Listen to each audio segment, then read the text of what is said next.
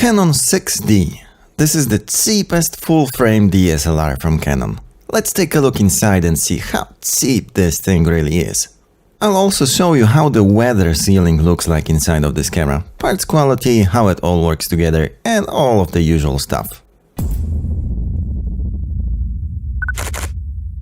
The user interface is snappy and fast. I rather like it. What I also like from the user's point of view is this multi-controller thing.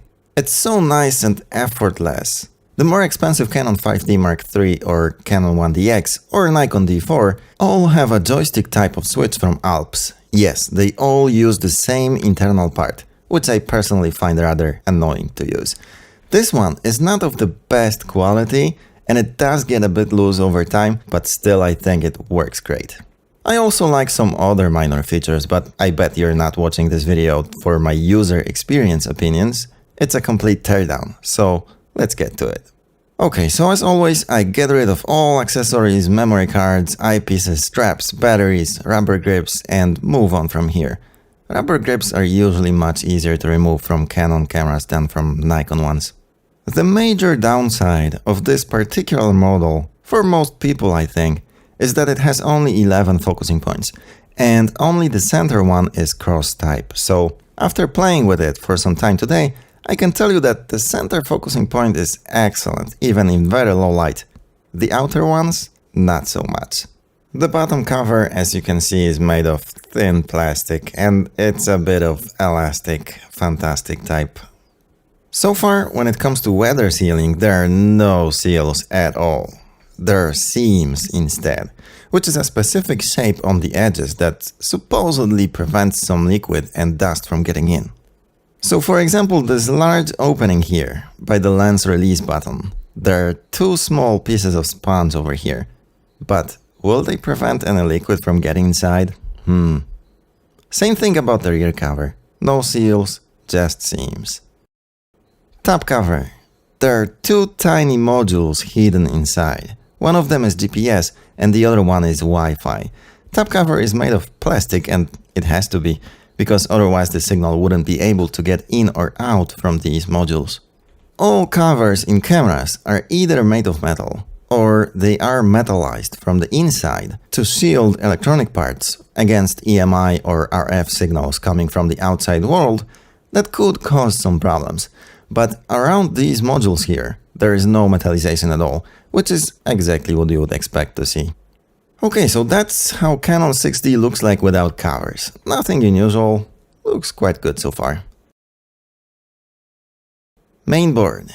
The only thing I don't like about these U-shaped boards is that they are very delicate at the junction point. On the other hand, there are only connectors located on this very flexible part. No major components close to it like BGA chips. BGA chips are not flexible at all, so over time they could separate from the board. It shouldn't be a problem here. Bottom board. Also very thin and flexible. Not too many parts on it, especially in the middle. CMOS sensor. In many DSLRs these days, including this one, CMOS sensors are adjustable by screws. There are springs under these three Torx screws. So by turning them, you are changing the distance between the sensor and the surface of the lens mount. It's super important to measure the position of the sensor before removing it or before touching these screws. And it has to be a very precise measurement. If you don't do it, it's almost impossible to put it back together and have it focusing properly without Canon tools and software. I mean, there are some hacks to calculate the correct position and make it focusing somewhat properly, but really, it's a big pain. I'll make a video someday about this measurement and exactly the tools you need and everything that's necessary. Okay, so I have my measurements on a piece of paper. I double checked and I'm sure they are correct. So now I can remove the sensor without worrying about anything. And this is how it looks like when removed from a camera. And here you can see the springs. Let's move on and remove the whole mirror box. Here is the mirror box. The shutter looks quite solid. It's not a 5D Mark III and definitely not Canon 1DX type, but still it looks pretty good. I know it can be kind of hard for you to see the difference for now because you have no comparison, but I'll show you many of them soon. Okay, we have all major parts disassembled, so let's take a look. Plastic versus metal parts in Canon 6D. Overall, there are only two magnesium alloy parts within this camera. It's the front and rear cover. All other parts are plastic. All side covers, the bottom one, the top cover is plastic, and the main frame is a typical plastic one with a metal insert, which is very typical for all cheaper DSLRs, nothing wrong with that. And the mirror box is totally made of plastic. Some of the shutter parts are metal and they look quite solid. Also, some of the small parts inside the mirror box are metal and very solid. I will show it to you soon. Now, weather sealing. There are no seals of any kind, just seams, as you could see a couple of minutes ago. But on the other hand, all of these covers fit quite tightly, which is pretty nice. It's not that easy to achieve this with magnesium alloys, so this is good. There are seams. They should prevent at least some dust and some moisture from getting in. I think they did put some effort to make these parts fit so tightly.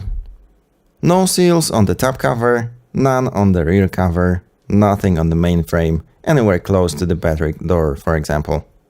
And also the side covers have no seals whatsoever.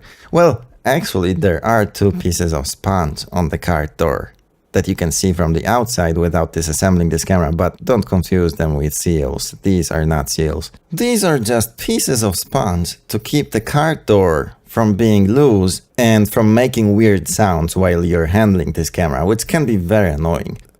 So the manufacturer, I think they call this camera being a drip proof or something like that, which is technically correct. This camera could survive a couple drops of water without major problems, most likely. But would I leave this camera out exposed to rain, for example? Well, definitely not. On the other hand, I don't trust even the best ones like Canon 1DX or Nikon D4. I just don't trust them. I think this whole weather sealing marketing stuff is a big BS, and I'm saying this from my experience working on many cameras. For the amount of money you pay for this one, it's quite reasonable. I would still appreciate some cheap pieces of sponge here and there, just to make it a bit better, but still, I think it's quite okay. The next part is gonna be about the top and rear cover.